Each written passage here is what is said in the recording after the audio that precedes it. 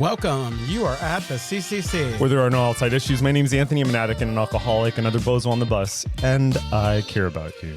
Yes, my name is Jordan. I'm an addict, always trying to make good choices. Yes, and I'm Louis, and my pronouns are he, him, and I'm recovered for crystal meth and alcohol, and I am always in search of balance. Yes, and each week we strive to foster a brave space so we can engage in conversations centered around topics of recovery. Our intention is to hold and inspire better spaces for more people in recovery by tackling issues used to separate us. But before we do that, please like, comment, share, subscribe, ding that bell. Jordan, I'm not sure. I feel like you added an extra word. Okay. No, you know who added my line. You know who added extra words? This one. Right. And now the disclaimer, the thoughts and opinions expressed on At the CCC are as alone. We do not represent anyone but ourselves. In other words, we're just a couple of friends behind a mic here to entertain you. And of course, everything we talk about is for general information purposes. Mind your Wiki, business. wiki. Yeah, wiki.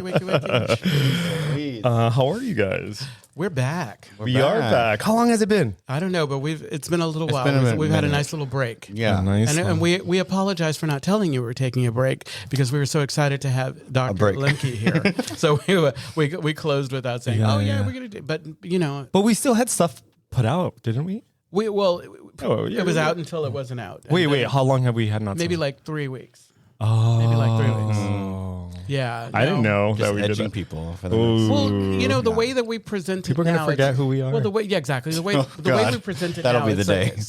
Sometimes a little challenging to know exactly when we're going to shift. But we're here for you.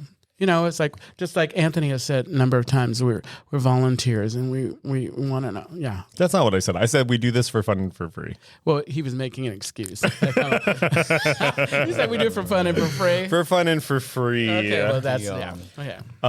So everyone, how's it? You good? Yeah. Yeah, it's like it's Dory Alley weekend here. It is San Dory Francisco. Alley. It's like- Yeah, I can smell the poppers from up here. For those who don't know, what is Dory Alley? What is Dory What Alley? is Dory Alley, since you know? It's like a gayer version of Folsom. Oh, it's like Is that so much possible? more than that. No, There's a rich exactly. history behind Dory. Exactly. Don't. Is it? Yeah. There's a very rich history around Dory. Teach. Yeah. I mean, I don't know the extent of it, but I can tell you that it It's is an rich. extension. Well, no, it is rich.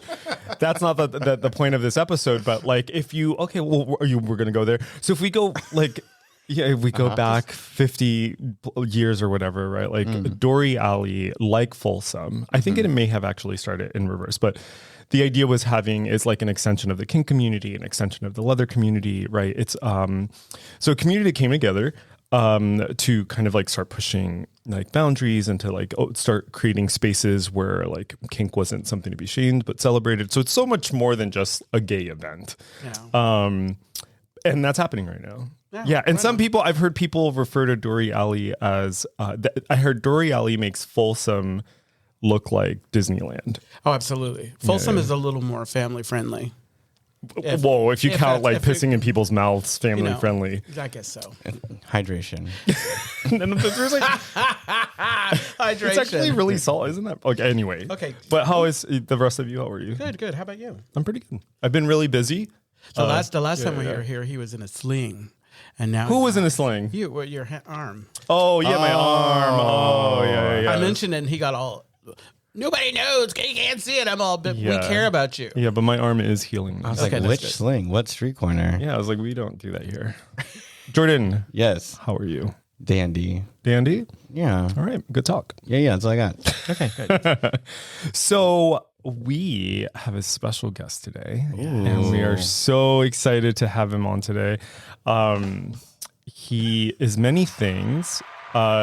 So my understanding, Patrick, correct me if I'm wrong, is that before you became a therapist, you actually spent a lot of time in industry.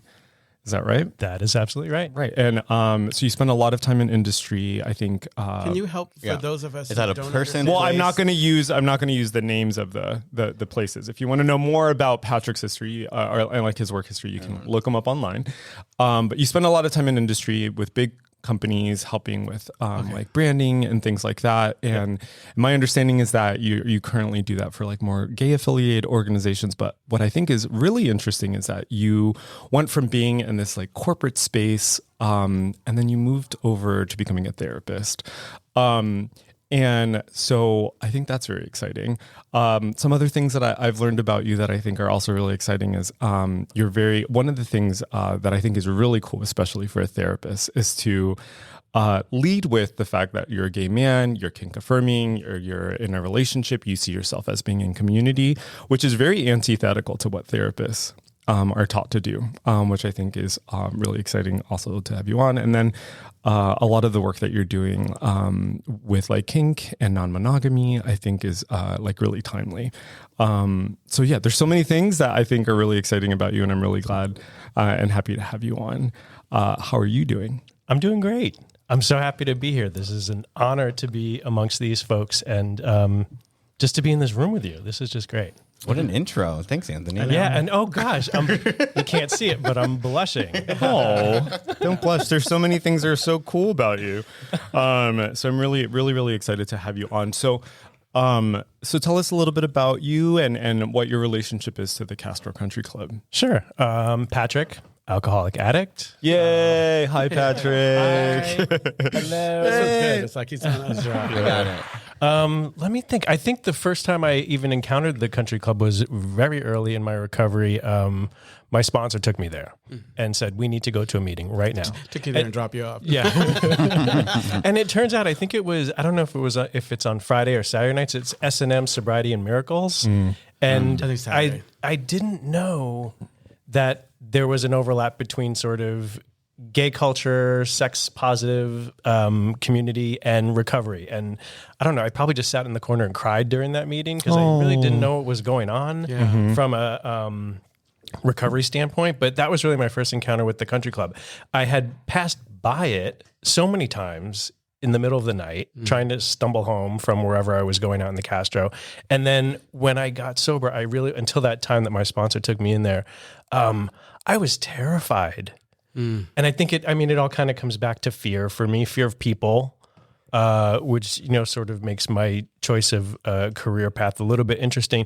But I think it's because I know that underneath I don't know, how it came about, being afraid of people, like I'm not afraid of people. I love people and we need people. And like they say, we can't do this alone. We don't do it alone. And so like leaning into meeting with people and having them be vulnerable and being vulnerable with them is like a real gift. And I think I found that ultimately through like getting into the gay sober community in the Castro. And how long have you been involved with the Castro Country Club? I would say probably about 10 years. 10 years? Yeah. Makes you feel warm and fuzzy. Yeah, warm fuzzies. Oh. Time that one. Yeah. I'm so proud of you today. Thank you. Jordan came. Jordan is like, I'm going to do the right sound cues. Can I say something? And that's why we're here. Shush. No. Okay. No, you were talking about the sobriety and miracles and how, the overlapping or whatever, but I think it's maybe fair to say that doesn't happen everywhere. And it's probably still happening. It's probably still in its infancy in some ways, because there are some areas where folks are like, oh, no, we don't talk about that. That's an outside issue. And it's not. That's our tagline. There are no outside issues. It's just a plug. And it also speaks to San Francisco, and why I love San Francisco so much, and the Castro especially, is because there is, I don't know, I've been around and I've been in meetings in other places, and it does feel like there's maybe a little bit less rigor around rules and regulations in terms of what's open for folks to talk about in a meeting as far as what's going on with them. And I love that so much. Absolutely. So, for context, Patrick is coming on while we are in the middle of our series, The Committee and Our Head. And Patrick has some ideas about, the importance of mental health and ideas about maybe some misconceptions that people have. And so I want to start the conversation there. So given, your experience in recovery and your experience as a therapist, as someone living and participating in the Castro area, what would you say is maybe one of the major misconceptions about mental health care? I think it was touched on in the beginning that mental health clinicians need to be removed from the community, or somehow I don't know. It's for me like this affiliation with the kind of medical industrial model of like doctors are untouchable and know everything. Like, I don't know anything. Yeah. Right. And that's the blessing and the curse of being a person in the world, right? Is that I strive so hard to want to help people, tell them what I think they should do, tell them what I think their problem is. All of that, that's an instinct that comes up in me all the time. And the way that I've actually seen it work is to get out of the way a little bit. And so I'm not even answering the question. I think the question is, what's the misconception? The misconception is that I know a lot. I've trained and I've studied and I've been taught stuff, but I don't know what's going on with the person until they share it with me. And I think that's kind of for me, that's the magic I get to see in the therapy room, is where a person starts to feel comfortable being vulnerable and saying the things that they may have never said before.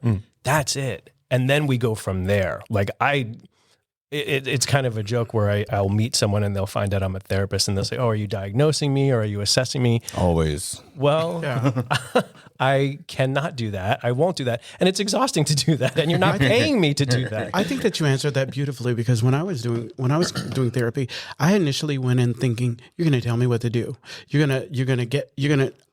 I'll just sit there and you're going to make me better. And when you do it long enough, you realize it's all about like what I bring today and how can I work with what I bring. That's right. Yeah, that's pretty cool. Yeah, interesting. Yeah. So, You comfortable? I'm getting comfortable. You need a Yeah, background? hold on. Listeners, I'm sorry. I need to pull my mic up. Okay. So I get, I think you're right? I do think that a lot of people have certain ideas about therapists in general. And I, and likely like because of misinformation or because of fear.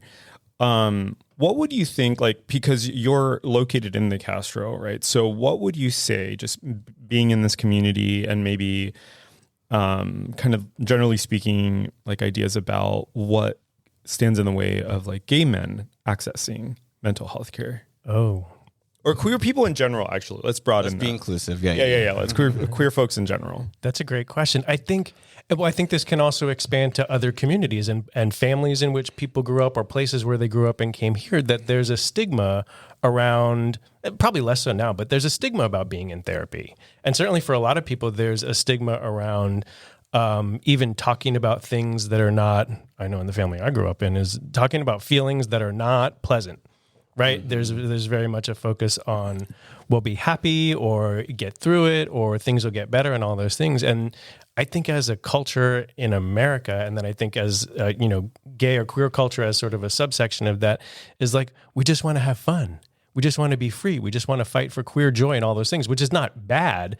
But I think sometimes it's to the exclusion of talking about the things that are really hard for us. Mm-hmm.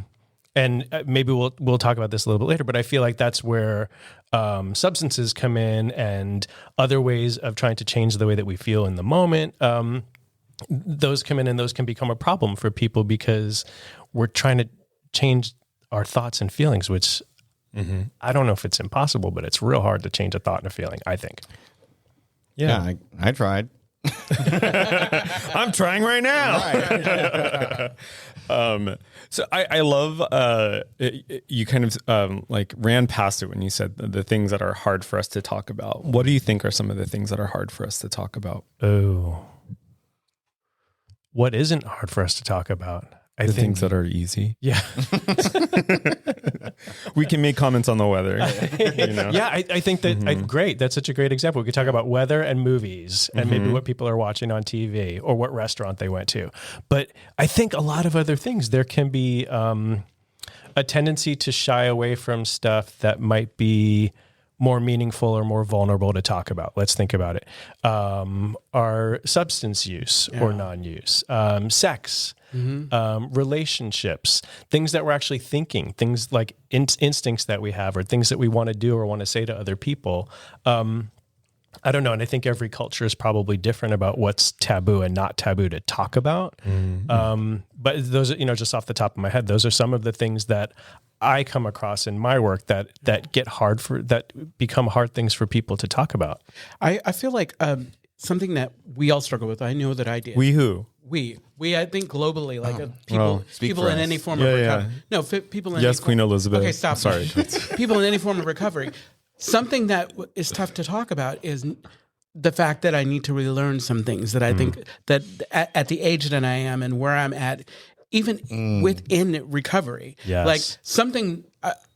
It shone a light on. I was in treatment. I was in like a co-op, and I realized that I didn't know how to load a dishwasher correctly, and it was embarrassing. And when I finally had a conversation, I said, "Oh, maybe I should talk to somebody and say," because after not doing things for such a long time, you need to do it again, and it's embarrassing. It's like I'm all, or at least at that time, it's embarrassing. Now, I'm all, no, better just say it, so that there's no weirdness or whatever. I love that you're saying that. And I think that's almost like an umbrella for folks, is like asking for help. That's what what therapy is taking a step toward asking for help and acknowledging that we don't quite know how to do the things that we want to do ourselves. And yeah, I think that's and loading the dishwasher is one of those things, Absolutely. right? And what was it like for you to ask for that help? Well, I think it helped that I was in an environment where we had like a case manager who was there, and so it helped in that environment. I had to talk about it because it was an issue that came up, and I think I approached it. I probably tiptoed towards it, but I was finally able to say, you know what, I probably need to ask for help. So it's been a while because this is early recovery. And so I don't necessarily remember the feelings. I just think there's probably some shame in that. And once I acknowledged it, and then I realized other people were able to kind of say, okay, I get that. I feel that too. Then it kind of, the shame kind of dissipated. But like we say, it's like truth, sprinkle some truth on that, and then the shame goes away. Yes. And also it sounds like having kind of a somewhat formal structure and people around there who would understand what you were going through. Because if I was okay. in just a regular roommate situation and I talked about that, I don't think it would have gone that way. Yes. Because it's like, number one, it's like people have got to be open to what you have to say and not just wanting to kind of beat you down because righteousness or whatever. Right. There's two things I think of, right? One is, even as a grown adult, right, there's things that I expect myself to know, right? And one of those, right, is like, I don't know, how to not have road rage or walk down the street and like say hello and be conversational in every space, right? Like I used to with drugs and alcohol. I was able to do that with no problem. And now that I don't, how do I be an adult? Yeah. What I love that we're kind of like circling around, right, is like we're making the assumption that a person knows when to ask for help, which is also saying we're also assuming that people know when there's a wound or there's something that needs attention. Yeah. Right. So I guess my question for the table is, when do you know that it's time to ask for help? Or how do you learn to ask for help? Can I say, I think for me, early recovery, and it's changed now because I've had more experience with it, it's when it reaches a point of discomfort. Yeah, it's like it gets to a point where you're like, oh, or you've created this where folks are all, you drive people crazy or whatever. It's like, and unfortunately, sometimes that you reach the point of discomfort and you stay in it. But because I'm in recovery and I'm surrounded by folks who are showing me through their example, I was able to kind of, I want to do something different. I don't like this feeling. Yeah. I think similarly, like if we're thinking about like queer community, especially folks in recovery, I think what you're naming here is a lot of times what I see is that it's when people have their first attempts at falling in love or being in relationship. That's when we start to see a lot of stuff start to boil up, right? And Patrick, I'm curious about you going back to the idea of like what is hard to talk about, especially within relationships or as we get close to people. What do you think it stands in the way of people being honest about things that maybe fall outside of what they think a relationship should look like? Ooh, that's such a good question. It's similar to something that I think, something that Lewis just said about and something Jordan said. I think that I want to know more than I know. I'm afraid to acknowledge that I don't know things because it's not going to look good. And I think that comes up in relationships. I know for sure for me in personal relationships, it does. Like the idea that I've changed my mind about something, or the idea that I'm changing, or the idea that the way that we used to be is no longer the way that we are, that's really hard and can be really painful for folks who, I don't know about you, but growing up in America at a certain time, that the movies and the TV shows and the things going on around us were telling us the Hallmark version of relationships. You run away for Christmas from your hectic job in the city. You go back home. You meet the guy who's running the Christmas tree farm. You fall in love. He's not the right perfect person, but right? And it's like, I don't know, all of that kind of what I say in session with folks is garbage, because that's not the way people work. It's great. It's a great story. I'm not disparaging Hallmark Christmas movies. They're wonderful. But if someone's going to base their relationship on that and think that that's how things go, they're going to be uncomfortable at the very least, or they're going to break up, right? Or they're going to have a fight. And I think acknowledging that as people, we're constantly changing. Like the four of us are different than we were when we first sat down. We absolutely are. And when we get into relationships, when the people in the relationship are changing, the relationship's also changing. So you have multiple entities changing all the time. And if we don't acknowledge that, and if we expect that to be the way it was 5 years ago, 10 years ago, 20 years ago, and think that we're still interacting in the same way, that's can be troubling. And when folks come into my office and talk about, hey, we're feeling stuck or we're feeling disconnected, what happened? I mean, sort of the kind of quick kind of snippy answer is like, well, you changed.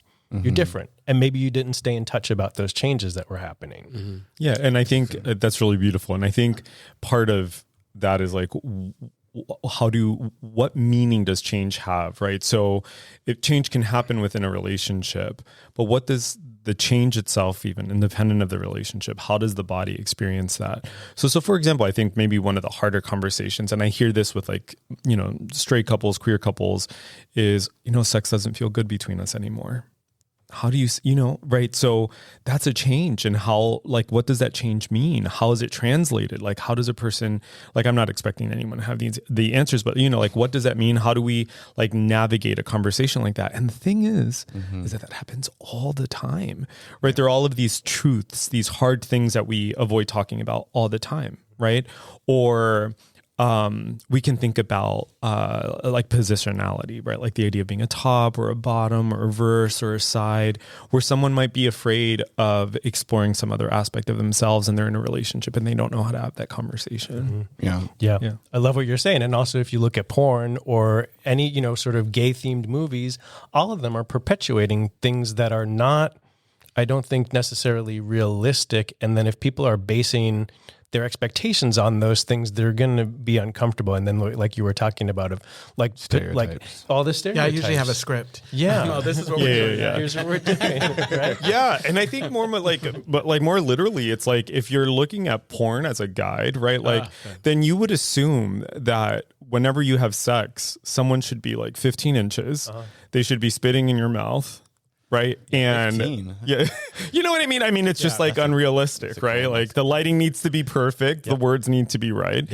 And like all things human, like actually things are kind of messy, and the thing you know what I mean? The and thing that sucks there is that each person comes in with those things. Yes. Well, and if they're not communicating, and they don't it's match. like, yeah, exactly. Like you get, I'm sure we've all had the experience of like having sex with someone and you're like, you're not actually here. Like you're doing something that you maybe learned somewhere about, but you're not here with me right now. Like me, how I used to joke and say, if I need a stun gun to get you to kind of participate, I don't know if your fantasy was lying there and doing nothing, but I'm not feeling it. That's mine.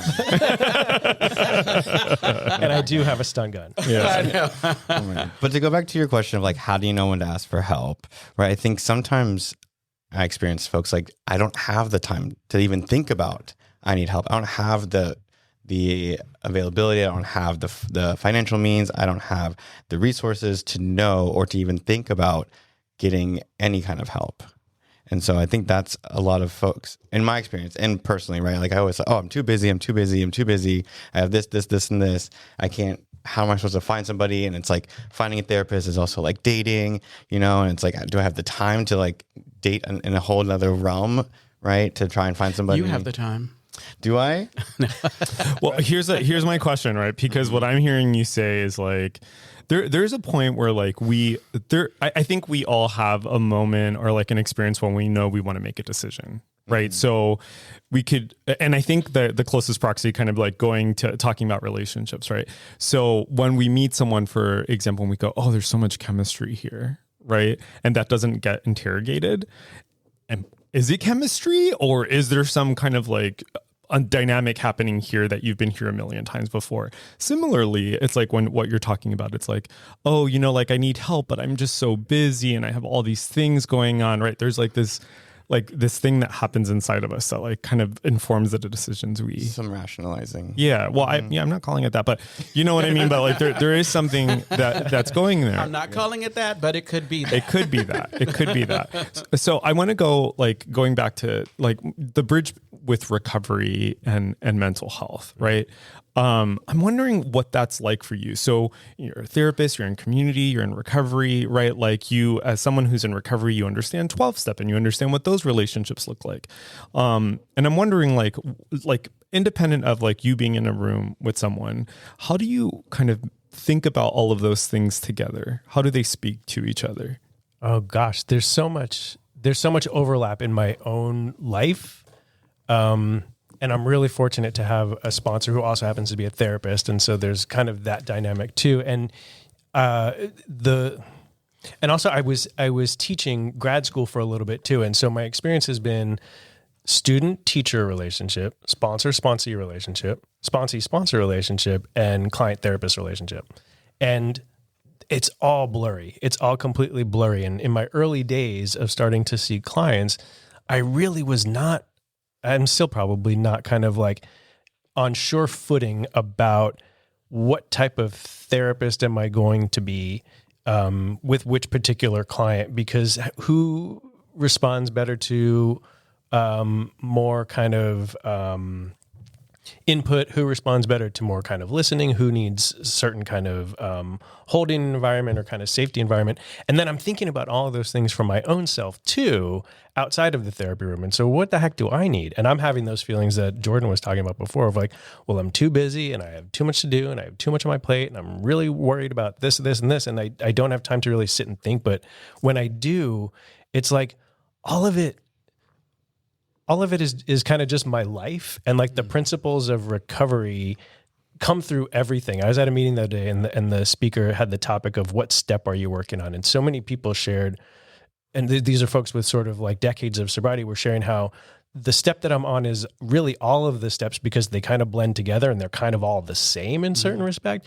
And I feel like that's the same for me too, in terms of mental health and recovery for myself. It all kind of bleeds into each other. And like even sitting here with you all talking about mental health, and I know you from other places in the neighborhood and in recovery, that's just how my life is. And yeah. I love that about my life. That's how I always think it's really funny how people think they can turn this on, turn that off, or whatever. I used to always say early recovery is like, what I need to do is like remind myself that this is not an interruption of my life. This is my life. And I need to weave this, I get all flowery, weave this into the tapestry of my life. Because it's like once you get, oh, I need to take a break from this or whatever. I didn't take a break from what I was doing. It's like, yeah. Crazy. Yeah. I think in landing the plane. Oh, yeah. And landing the plane, I think one way that I'm thinking about our conversation today is that when we're talking about mental health, there's so many different directions we can go in, right? We can talk about like what prevents people from going into mental health. What is mental health? What does it mean to be a practitioner? What does it mean to be human? What does it mean to know things? What does it mean not to know things? What does it mean? We're like, you're right. So because we can say mental health and actually we're talking about so many different things at once. And I hope that, like for folks listening, I hope that feels clear, even though it may not like be very clear. I guess my question maybe to Patrick specifically is, but like, where does someone start? Ooh, great question. Yeah. Great question. I think it all depends on where they currently are, but you can always reach out to me. I can provide resources or references directly for folks who are looking for mental health treatment. It also depends on the person's situation, whether they have health insurance, whether they don't have health insurance, whether they're looking for sliding scale, whether they're looking for a particular therapist who fits a certain demographic. There are a bunch of resources, which I'm happy to share now, or we can put in the show notes or whatever you want to do. Yeah. But there are a bunch of directories online, particularly for queer therapists. And then there are a number of places in the city that provide sliding scale therapy. It's primarily students, folks who are in training to become associate therapists and then licensed therapists, and they'll provide therapy on a sliding scale. When I did my internship, I had a client who paid $1 per session. So there is mental health support available for folks, even if you can pay $1 a week. I pay Anthony in love. No, you don't. No. Oh, that hand job under the table is love, huh? No. Well, you're in the red. No. No, Anthony is not my therapist. You're funny. It's good. Yeah. By extension of what Patrick's saying, there are a lot of different places that people can turn to. There are a lot of like virtual platforms, none of which will name, but there are several directories. There's like Psychology Today, and like different universities have different resources. And then of course, I appreciate you mentioning like insurance and access and things like that. The other thing I would add to that is formal mental health treatment is just one way of maybe trying to organize the experiences that people are having. Some folks find certain spiritual traditions to be really helpful. I think what I would say, like regardless of where a person goes, is that ultimately they should feel safe. They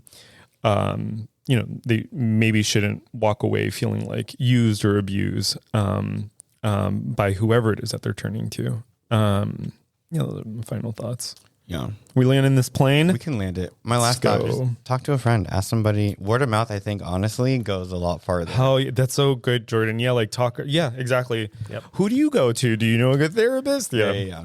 Did you, Patrick, did you have anything else? You want to plug yourself? Yeah, is there anything any place we can go to learn more about you? Anything that you're working on that we could learn or look for? Yes, absolutely. I'm working on a workshop at the Country Club, actually, to talk with folks about mental health, to get some questions and discussion going within the community about the stuff that we were talking about today. Primarily access, because I'm not sure if folks really have a clear way of finding mental health support if they want or need it. And also you can visit my website, pfagantherapy.com. Can you spell that for our listeners? Yeah, sure. PFAGAN therapy. Like Fagan. Oh my God. I'm going to punch you in your face. We're going to start over. Go. I'm in third grade. Yeah. Fagan, PFAGAN therapy, THERAPY.com.